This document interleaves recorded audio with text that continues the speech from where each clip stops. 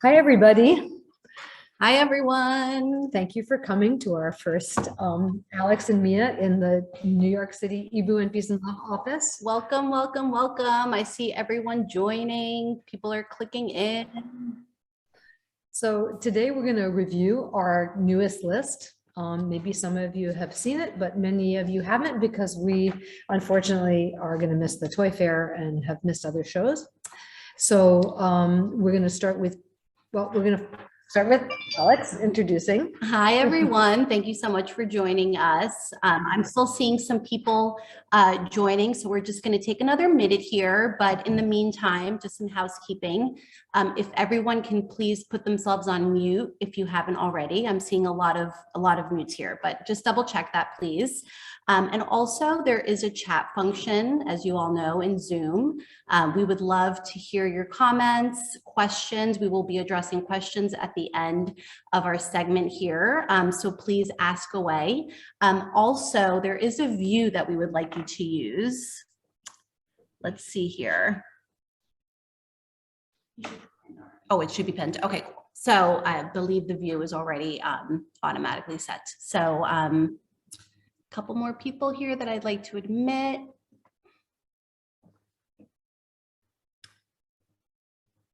All right, I think we can start. So in lieu of Toy Fair, we have invited you here today to our office, which I know a lot of you guys have been able to join us here in this beautiful space. Behind us is our updated showroom that we are almost using as a Toy Fair booth or as a booth. But Mia is going to be walking us through all of our beautiful spring 2022 product. We're going to be opening up boxes, actually showing pieces like you're in our booth at Toy Fair. So we're going to start off with Peace and Love, and then we're going to go right into eeBoo. But please share comments, questions. We will definitely be making some time for that a little later on. So we'll just kick it off. I'd love to know in your comments what you guys like, or if there's anything that you don't like, or anything that you'd love to see, because I'm working on my next list now, and I'm always interested to hear what people are thinking about. Most all of the products that I'll show you today in some way or other derived from looking at trends and talking to the people at eeBoo, which are my greatest resource. We have a trend meeting every season in which every single person at eeBoo comes to a meeting with a bunch of slides and says, these are the things that I've been seeing out there in the world, or these are the things that I had been hoping that we could do. And all of the suggestions, one way or the other, get wrapped up into the lists that you will see now. So I'm going to start with my list of Peace and Love. We have this season 1,000-piece puzzles, or squares, 500-piece round puzzles, and also a new format, which is 500 square. So I'll start with one that seems to be a crowd favorite. This is funny, I guess. I don't know. This is Camper Life. You'll probably see a better version of this when you get our catalog. Camper Life is by Miranda Safrainu. And with all of her puzzles, I always have her integrate this nice couple. So she did Under the Water, or Coral Reef, and Hike in the Woods, and Marrakesh. And she always includes this couple, which I think is nice. So this is sort of the story of their adventures. This definitely came from a trend meeting for campers. This is another nice one that we did called The Green Kitchen. We're sort of doing a kitchen theme.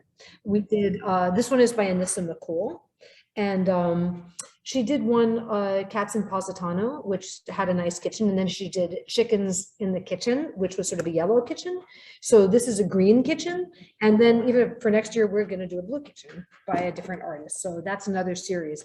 A nice thing that we thought we're starting to work on is kind of a narrative of puzzles. So if you do one and you like the story, there's another one by the same artist that kind of carries on that story.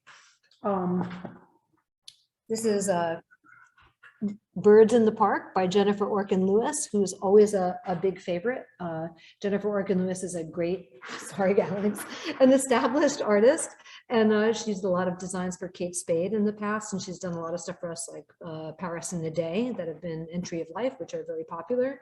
I like to think when I'm doing, when I'm thinking about what themes to use for puzzles, I think about kind of larger gift themes that I know that our audience likes. And they definitely like birds, and they like female friendship, and they like reading, and they like gardening. And so I try as much as I can to kind of hook into those themes that I know people relate to. Maybe some of you will remember this very oddball title called Victorian Ufo Ladies. This is by a great illustrator named Christian Zweig.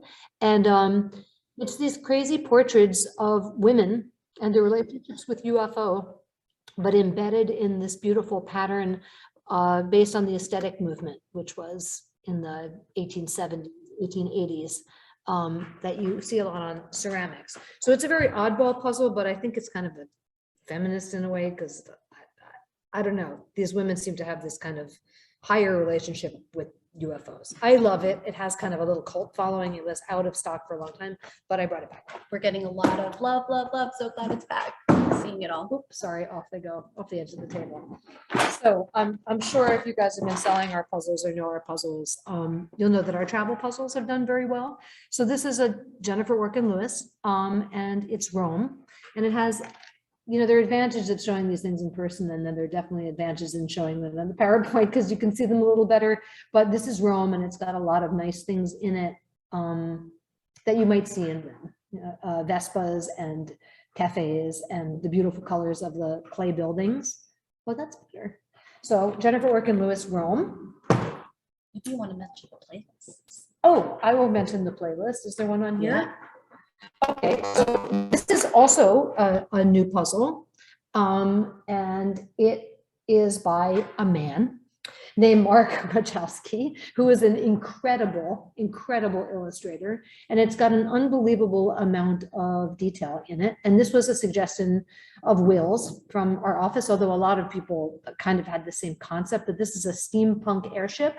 And I thought it was nice for this year because I think it's a nice illustration of an exploration. You know, all of us are all locked up and contained, and this one sort of tells the story of this magical adventure where people have actually been off doing wonderful, interesting pro-science things and coming back to a town that embraces discovery and curiosity and search for knowledge. So this is a steampunk airship. And one of the things that we have on our puzzles that we do not push very much, but it's a really wonderful thing, I think, where it is here on the back. It's a QR code. And if you scan these QR codes, it comes to a Spotify playlist. And the playlist is has been curated by the artists. And it's a list of like 10, 12 songs that they listen to while they work. And we've definitely found that our demographic, our audiences, our people that like to buy our puzzles, are very interested in the stories of our artists. And I think this is a unique window. You can see, okay, there's the little thing on it. Most of our puzzles have this, and it's a unique portal into the lives of these artists because it's what they're actually listening to. And they're really, really interesting. And I got to know about a lot of music that I wouldn't have otherwise known about because our artists are from all over the planet. And so it's really nice. Right. This is Uttar Krugman, who does a lot of stuff for us. Does this have a big new sticker on it? Yes, it's new. This is Uttar Krugman's, and this is Miami. And in it is a lot of nice stuff that you might see in Miami with a lot of colors that are Miami colors. And it's got an Art Deco hotel and flamingos and people fishing and a great convertible. So this is Miami by Uttar Krugman.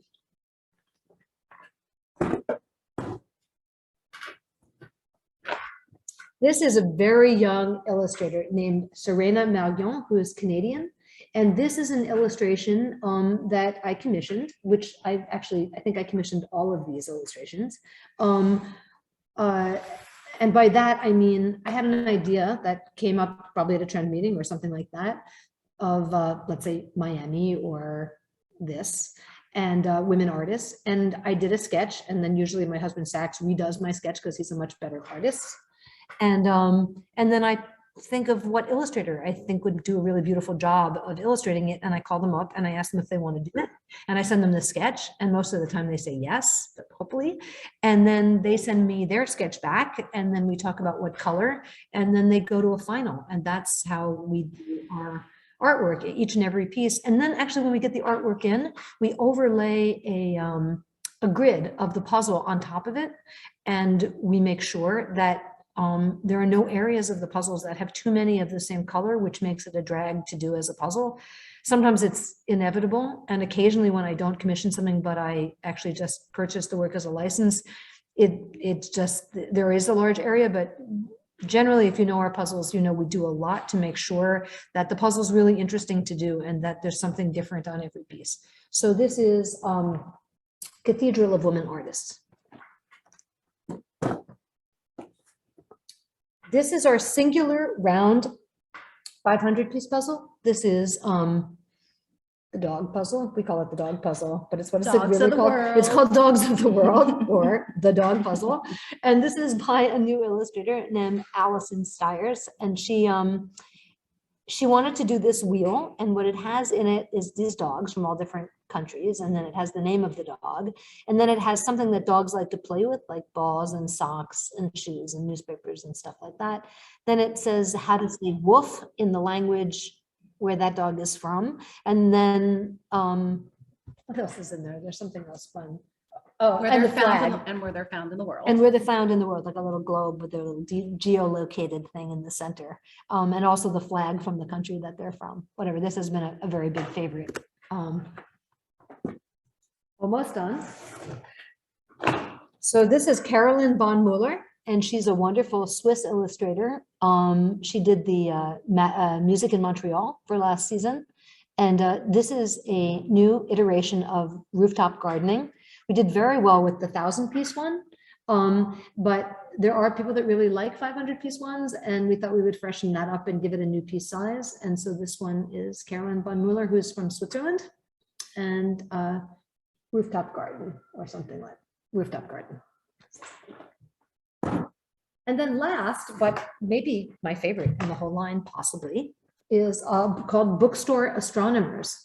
And this piece is by a young Malaysian artist who calls herself Eureka, has many, many, many followers on Instagram. And she's really interested in celestial bodies and women. And so this one we worked on together collaboratively because I know that our audience, our demographic likes books very much. And I wanted to make this sort of laboratory magical thing with these group of women who are studying and observing, and that's this one. It's called Bookstore Astronomers, and I think it's really beautiful. And this is a 500-piece square, because we did get a lot of requests for square puzzles in the 500-piece format because we only had the round. So the rooftop gardening and this one are both 500-piece squares. And that is Peace and Love. Great. So now we're moving on to some eeBoo new products. Now we're moving on to the eeBoo products. So we have a nice assortment this season. We do have a lot of puzzles, but we also have some pretty special new things. I really, when Sax and I are developing product, I really like to do things that I pull from the educational market that have real clear educational value, but that maybe aren't being done in a really beautiful way or a way that would look good in a gift store or a toy store, that has a little bit more decor or appeal. So I'm very interested in pattern recognition as a concept, and the idea of pattern recognition is that it helps kids learn how to build patterns, see patterns, replicate patterns, understand what patterning is. It's sequencing. It's discovering rules to predict sequencing, which is kind of a pre-computer programming way of thinking. It develops logical thinking, not just for visual things, but for in predictive thinking when you're reading. Pattern recognition is important for almost every single thing that you do, and there are ways to practice it to get better. So what this activity comes like this, with a lot of little chips and strips like this and a tray like this. So you get a tray like this. Tray doesn't have anything in it. You get tray looks like this and it's empty. And then you get strips which look like this, and there are patterns that are very simple and complicated, a little more complicated, and then kind of hard. And you look at this strip, and then you find the chips that are on that strip, and then you have to lay them into the board like this, and you have to, obviously not well thought out, but you lay them into this thing. Should have done a dry run of this. And then when you get to the end, the kid has to put the one at the end that finishes the pattern. So in this one, this is a very basic pattern. It's called an A-B-A. So this is A, this is B, and this would be B here. And that's how you'd finish it. And then there's a really nice little guide that a parent or caregiver or very smart kid could look at, and it explains what the pattern is and kind of the thinking behind how the patterns are made. So I think this is a very simple, like very basic educational product that we really made to look just kind of nice and special. So that's pattern recognition. It's also like nice big fat box. I love these two products. They are an extension of our conversation cards. This one, usually Saks does them, but this one we had Uta do. I can't even remember why we had Uta do, but it was a really good decision because she did a great job. It's called Health and Safety. And when I've been explaining this product, I always start by saying when my twins, I have twins, that are now turning 26 in a couple of days. Their first day of kindergarten was 9/11. And we live in New York City, and it was extremely scary, and it was scary for a long time after. And I think all their friends and they themselves held on to a lot of anxiety about it, as did the parents, but the kids especially. And I found that the more I kind of told my kids about ways in which they could keep themselves safe, or just remind them of all the things that are safe in their world and how they have control over them, the more agency they had and the better they felt. So I felt like there was some correlation between how kids are feeling during the pandemic and that. I mean, obviously they're very, very different, but there are some similarities. The anxiety is certainly similar. So these are very basic cards like you might have had when you were a kid, but they're funny, like to avoid tripping or bumping into things, always look where you were going. If you see cigarettes, don't put cigarettes. If you notice poop on the ground, don't touch poop. And they're very simple like that, but they're very sweet, and the illustrations are great, and people seem to really like them. And they're just like very basic things like electrical sockets and things like that. So that's health and safety. And then this is one that Saks did do, which is How Was Your Day, which is also about staving off anxiety, but this is for slightly older kids that are either going back to school after being away, or they've gone back to school and had to not go to school and then have to go to school and then not go to school, and it's stressful and confusing. This is about what it's like during the school day. And these are cards that parents could review with their children when they came home at night, maybe, or even before they left in the morning, that just talk about very basic things that happen in school, like other kids getting in trouble, or other, forgetting your lunch, or forgetting your homework, or not getting a good grade, and or seeing somebody cheat, for example. I don't know why I picked this one, but it happens to be. So this little bunny is seeing this guy kind of looking at the cat's answers. And it says on the back, is it fair to cheat? Why? How would you feel if you cheated? And what should you do if you see somebody cheating? Now these questions are kind of complicated, but that's sort of an example of, and it's kind of a weird example, but there are lots of them. Where like, this is a bunny that forgot its lunch. How do you feel when you forget something? What would you say to the rabbit who left homework at home? What are some good ways to not forget something at home? So they're very simple. They're color coded, so they're really beautiful. I've just gotten them out of order, but the borders are color coded, very unintimidating, and they're kind of bundled into kind of slightly thematically. And that is How Was Your Day? And I think it's a really nice product to go with that series. There's one more anxiety product. Yes, this is the last in the anxiety series.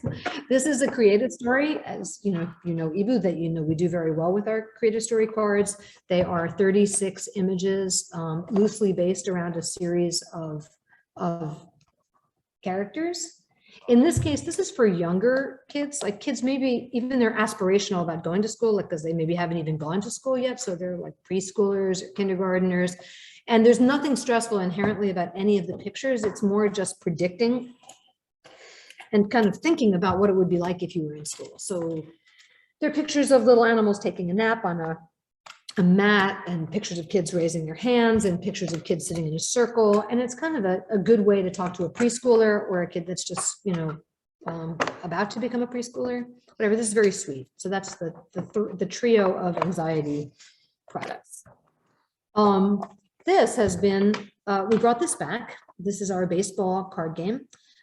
This is done by a really famous and wonderful illustrator named Ross McDonald, who does tons of editorial work. Great. We had this a long time ago. We let it go out, and I brought it back because I thought baseball just seemed like a really nice American thing that a lot of people all over the country share an enjoyment of. And it, in some ways, doesn't matter where you stand politically. It's just a nice, totally chilled, relaxed, some people would say not interesting, but I love it, baseball. And it comes with a fold out piece of like a board where you play it, and then you have a deck of cards that look like this, and you play it just like you would play baseball, where you'd have like jelly beans or something holding your place as your players, or pennies, and then you decide if you're the red team or the blue team, and then you turn over, like if you turned over this card, you'd get a double, and you'd take your little jelly bean and you'd put it on second base. I don't know, kids really like this game. It's super simple. We took it out of circulation, we brought it back, and it is our #1 product in our new list. So clearly it's speaking to somebody. Maybe it's just the fantasy of being outside in the coming of spring, but that's the baseball card game, available now.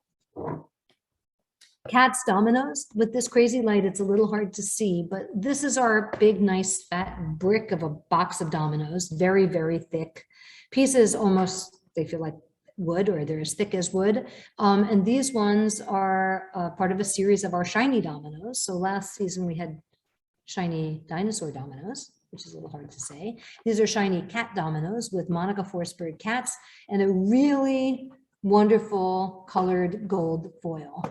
And foil comes in not just like gold and silver, but you can get gold foil in like 10 different colors. It's really fun. A foil book is like the prettiest thing in the world. So this is a really beautiful color of gold foil.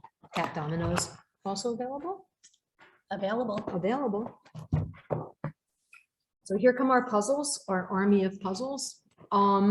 We did a new 20-piece dinosaur puzzle. We do very well with our 20-piece puzzles. They're nice add-ons. They do well everywhere, any kind of store. The pieces are very big, kind of like, sorry. Everyone's always surprised at how big the pieces are for this little 20-piece puzzle, but they make they're big pieces. They're very thick and sturdy, and they make a very big puzzle. So that's Dinosaur by Linda Black, who's a great and wonderful illustrator. And this one is In the Rainforest, which is also just a really beautiful piece of art with lots and lots of detail. And the puzzle is 11 by 15 inches. So it's actually kind of a really nice big puzzle. And it's in a corrugate box. And as everybody knows, I would assume that's watching this thing, everything that we make is out of 90% recycled materials, printed with vegetable-based inks. And recently, all of the paper that we use, which is the thin layer of the printed matter that we put on top of the board that we make everything out of, that piece of paper is now FSC certified. And that certification is a regulatory organization that is quite strict, and you have to apply for it and you have to prove it all the time that you're doing the right thing. And what it says is that the paper that you're using is not only not harmful to its environment, but it actually benefits the community from where it comes from. So it's a really nice specification to have, and we now have that on all of our product.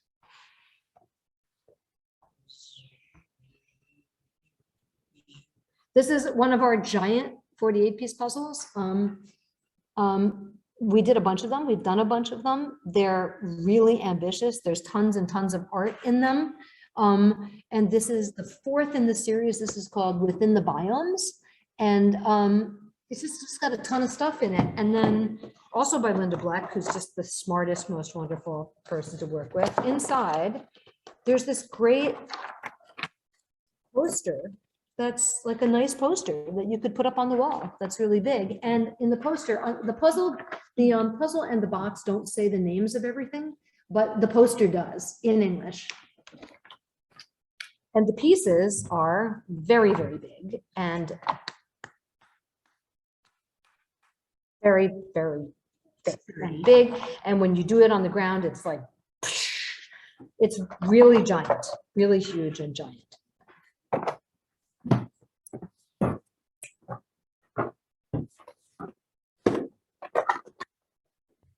This is the big 100-piece dinosaur puzzle that we have replaced our old dinosaur puzzle with because we thought it needed a refresh. This is also Linda Black, and she just rendered this one in much brighter colors. And again, this one,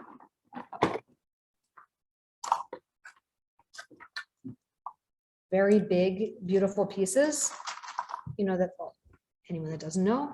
We also put a paper coating on the back of our pieces to make them sturdier. And also it completely reduces the dust and it keeps the cardboard from shredding. So we add this extra layer to all of our puzzles, including our Peace and Love puzzles, which is why there's never any dust in our puzzles, which is a nice thing.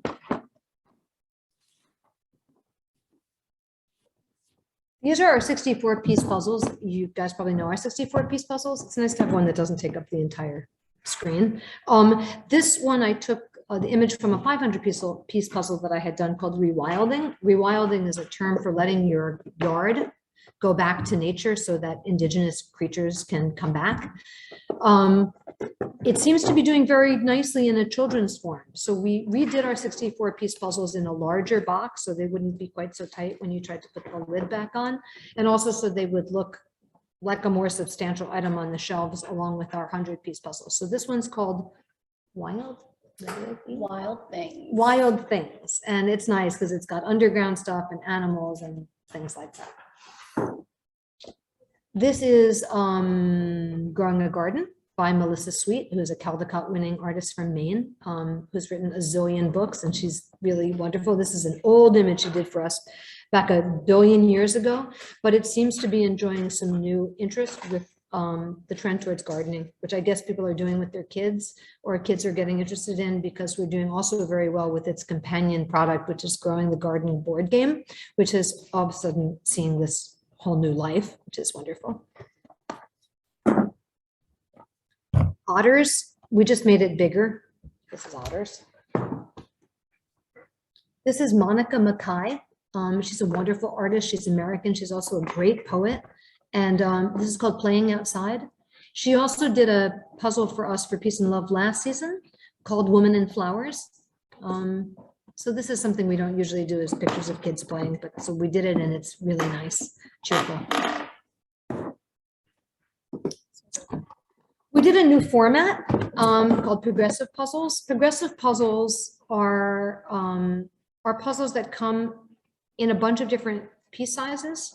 And the idea is that a kid would do one that had 3 pieces, which was pretty simple, and then one that had 4 pieces, and then 6 pieces and 8 pieces, and they'd get a sense of mastery and confidence, because they had the act of mastering these different sizes gives them confidence, and confidence is like the very, very best thing to give to a kid when they're trying to learn something, and the opposite is also true. So this is a nice format. A lot of other companies do it. We hadn't done it. I thought it was nice. This one's called Good Deeds, and Good Deeds is a little bit of a theme for some of our stuff this season, and this is the first one with that theme. So they're all like nice puzzles of.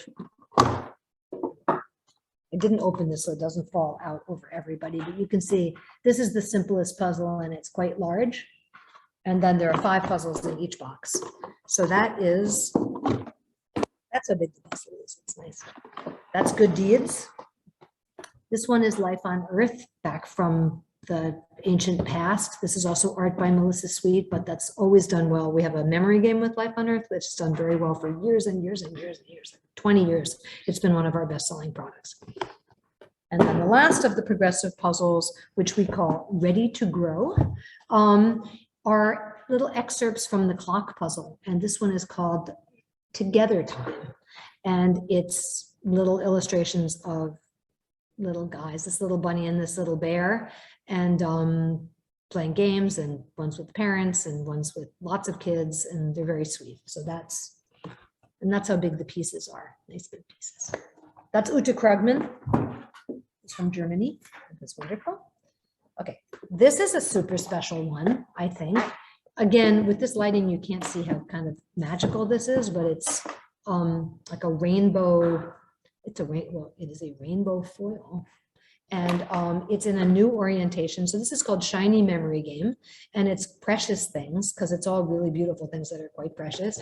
And then the pieces are like really super special and nice when you hold them, and they're like ice cream sandwiches and umbrellas and fire engines, and it's a just traditional matching game, but the orientation is like diamonds. And the whole package, when it's on the shelf, is just really beautiful and appealing, and you kind of just want to touch it because it feels really nice. It looks really nice. This is the penultimate thing. So this is pattern tiles in a huge box, huge deep box, and I will open it. But the idea for this is that it's just kind of a mess around thing. It's not really a game. It's more like an activity. We call it an exploratory activity for open creative play. When my kids were little, they had one that was in wood, that was just wood triangles in about 5 colors. So my idea for this was to reference quilting, which I do think is an interesting, crafting generally, but quilting particularly, I think is a trending interest. And so this activity looks like this. Let's see if I can show you this without making the hugest mess. I'm not going to open it because it will be a catastrophe, but it's a tray, like a tray puzzle, but the tray puzzle is quite deep. And there are these triangles, and they're printed on they're 2 layers, and they're each side is different. And so you can make absolutely an infinite amount of combinations. Like so, as Alex will show you here. You can either use these as your guide to different patterns, or you can do whatever you want. And then there are more patterns also on the back that you can follow. And you can just mess around. And then the box is deep enough so that you can put all these things back without having to put them back in this tray. And last but not least, which is sort of our signature product for this season, is I hope you guys can see this. It's the Good Deeds puzzle, and this is also by Linda Black, who I'm totally in love with, and we call this the nicest puzzle ever. It's a giant 23-inch in diameter puzzle with extremely large pieces, very large pieces, so it makes a great big round puzzle. And it's concentric rings of animals and people. Animals and people just like doing nice things for one another. And it's really sweet. And if you're doing this with a kid, you can talk to them about all the different things that they're looking at, or they can tell you all the different things that they're seeing. And I just think it's just a super nice, easy, take a deep sigh of relief product. So that's the nicest puzzle ever, the Good Deeds puzzle. I think that is that. So I don't know, do we want to look at some questions, or can I answer anything? Yeah, well, while we're collating our questions, we would like to announce our winner. So we're going to pick a winner from our attendees here. It looks like that was done just now. So our grand prize winner is going to win $250 towards their next eeBoo order, and that is Imagine That Toys. Thank you so much. Thank you. Imagine that toys. We also are sending out a survey after the meeting. Retailers, please go ahead and fill out that survey. You will be receiving a $20 credit towards your next order if you go ahead and fill out a very simple, very informative survey. We'd really appreciate that. We'd love to hear from you guys as well. So in our questions, it looks like someone was specifically asking about our fancy Pachisi game, I guess. Was that the only call out? Yeah. Okay. But if there's anyone that wants to specifically ask about a certain product in our catalog, we have most of our product here, so we can go ahead and do that. I think someone was asking specifically about Pachisi. So Mia, if you wanted to So give a little Pachisi, recap. again, you can't see how like beautiful and shiny this thing is. This is a pattern of holographic foil that goes all around. And the game of Pachisi, not this spelling necessarily, but the game itself is based on an ancient Indian game that was actually played in the lawns of very regal and important people. And the pieces, they played with live women on these lawns, which is crazy and insane. And it's very ancient. And the idea is that players move these pieces around this large board. Well, our game, not played with women, but played with little wooden hexagonal pieces that are hot stamped with gold bees on them, because bees was a theme in this game. And you move around the board and it's a little like Sorry, if anyone knows that game. It's not a complicated game. You're just spinning your dice and you're trying to get back to your home, get all your pieces there. The home, get your pieces out of there and into here. And you can double up, and it's a little bit of like, there's some strategy, and you can block people and stuff. And I can just read you what it says on the back. It says, eeBoo's Pachisi game is based on an ancient Indian game known as Chapur. It is believed to have been invented sometime around the 4th century AD and was originally played in Chapur was popular among the Indian aristocracy and emperors, and it was even featured in the Mahabharata, the world's longest epic poem and a significant Hindu text. That's what the board looks like. The board is also stamped with this beautiful foil. So I saw 99, well, actually 99 plus comments come through. I believe Liz and Ashley, who are here on this call, addressed most of the questions.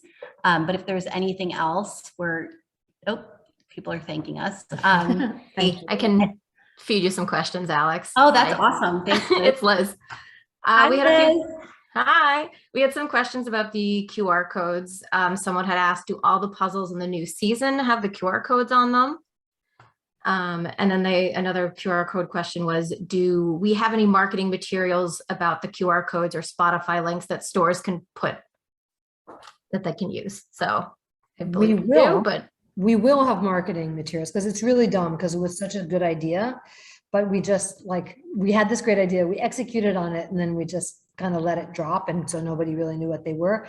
But now we have somebody wonderful working for us named Abigail, and she is going to do that, and we're going to make sure everybody knows what these things are as possible. And the answer is, I think most of our puzzles do. It is a little bit of work for these artists to put them together, and occasionally we have someone that doesn't do it, but they are really on most of them.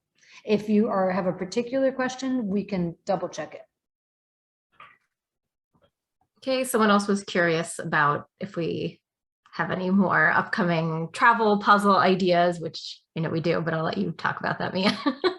All right, so this is this list, right? So this is coming in now, or things got very delayed because of boats and scheduling, and we even had some containers blow off one of our boat. Well, we don't know if it was our container, but we had. That's one of the things, is that these container ships coming, they're so scarce that they're piling up the containers really high on the boat, and you have to get special insurance now just to pay for it in case your thing gets blown off. Container drama. And we have a boat that was coming with a lot of our stuff, and things blew off, but it has to go through a full audit to find out whether our stuff is at the bottom of the ocean or not. But why am I even saying that? Oh, cities. Okay, so that's what's coming in now. And then for the next list, which is coming out in May. Yep. Do we have any more cities? Well, we have Amsterdam. Oh, we have a beautiful holiday Amsterdam puzzle by Anissa McCool. We have an English city. Oh, we have another beautiful English town, Town. also holiday. And that'll come. Shanghai. We have potentially a Beijing one coming. And we're always interested. I think there is another one. Sorry, I'm blanking on it. But anyone has any suggestions for cities, please send them to Alex or to anybody. And we all talk literally every day. Everybody at eeBoo talks every day in the morning in one great big meeting at 10 a.m. And everyone says a couple of things. We run through the whole thing. So anything that you want to tell everybody at eeBoo, you just tell anybody at eeBoo and we will all hear it. That was all the specific questions, but we did have some comments about different puzzle size pieces. People were asking for 1,500, 2,000, 300 piece puzzles.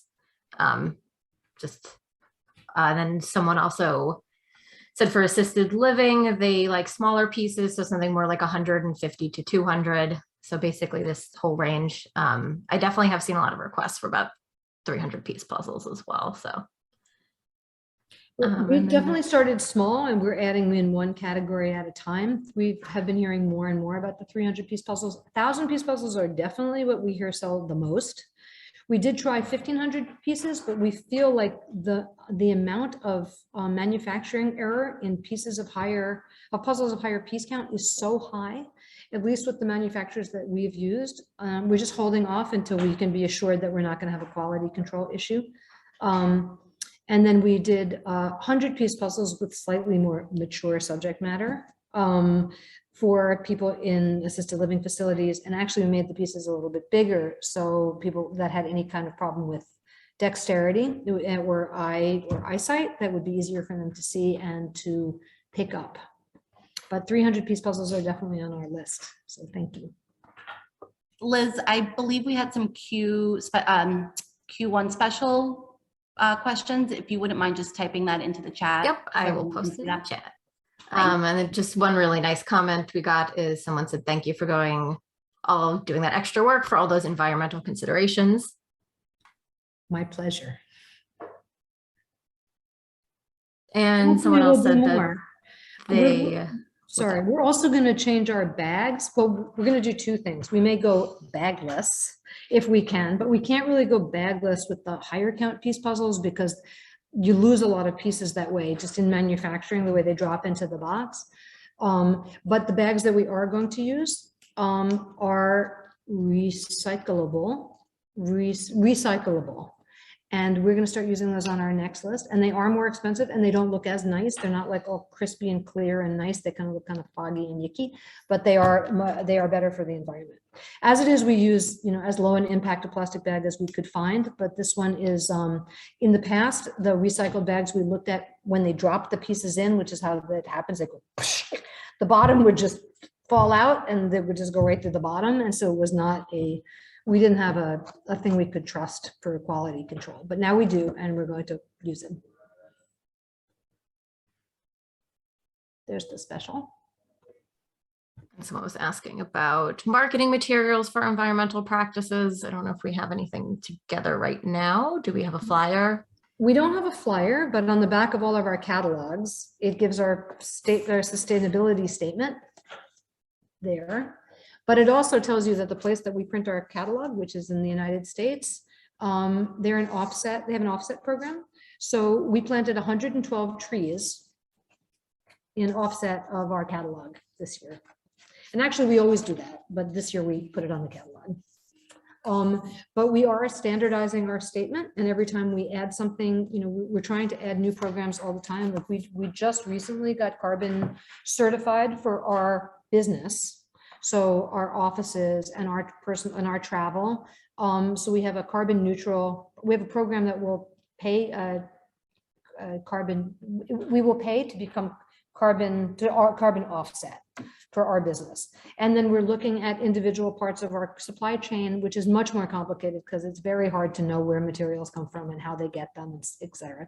I mean, obviously the first thing you do is use recycled materials that you can verify in FSC stuff. And there's some offset things you can do with shipping, but you kind of have to figure each thing out as a piece. So kind of, you always have to be wary if someone is saying like as a blanket way, they're totally carbon neutral. It's just not the way it works. There's no particular place that will certify you as totally carbon neutral. So it's just you do it individually and you just try to little by little put together a responsible business. And every year it gets a little bit easier because people are more interested in it. And the more people are interested, the more services there are available for that, for audits. And the less expensive it becomes. So the answer is yes, we're going to write one, but it's always updating. That was my point. It's in evolution. I think that's all I had written down, so. And if anyone wants anything specific, you're looking for something very particular, let us know and we'll put something together. We're working on having a whole binder of different things that we can give to people because it is really interesting to people. You know, our stuff, when I started my business almost 30 years ago, I always made stuff out of recycled materials. And I always wrote on my boxes that it was made out of recycled materials and people really didn't care, or a lot of people didn't care. And a lot of people didn't even notice that it was on the boxes. I mean, I've had people say, why didn't you put it on the boxes? It was like, it's always been on our box, but people didn't really notice. But now people care about it and they're looking for it. And so we're trying to make it, I mean, this is a good example.